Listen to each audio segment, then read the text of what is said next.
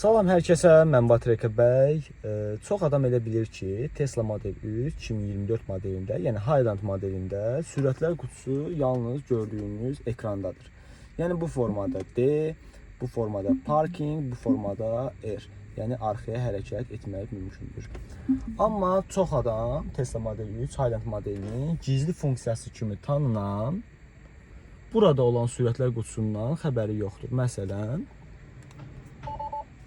gördüyünüz kimi burada da sürətlər qutusu vardır ki, hər hansı ekranda bir zədələnmə olduqda və ekran işləmədikdə bu sürətlər qutusundan da istifadə edə bilərsiniz və əgər öyrəşmişsinizsə elə birbaşa bu sürətlər qutusundan da istifadə edə bilərsiniz. Və üçüncü olaraq Tesla Model 3 Highland modelində AI vasitəsilə arxaya və önə doğru hərəkət vardır ki, məsələn, əgər arxada hər hansı bir maneə varsa, belə deyək, R maşını atdıqda və qazı basdıqda maşın hərəkət etməyəcəkdir və arxada maneə olduğunu göstərəcəkdir. Siz bu kimi özəllikləri bilirdinizmi? Məlumatınız var idimi?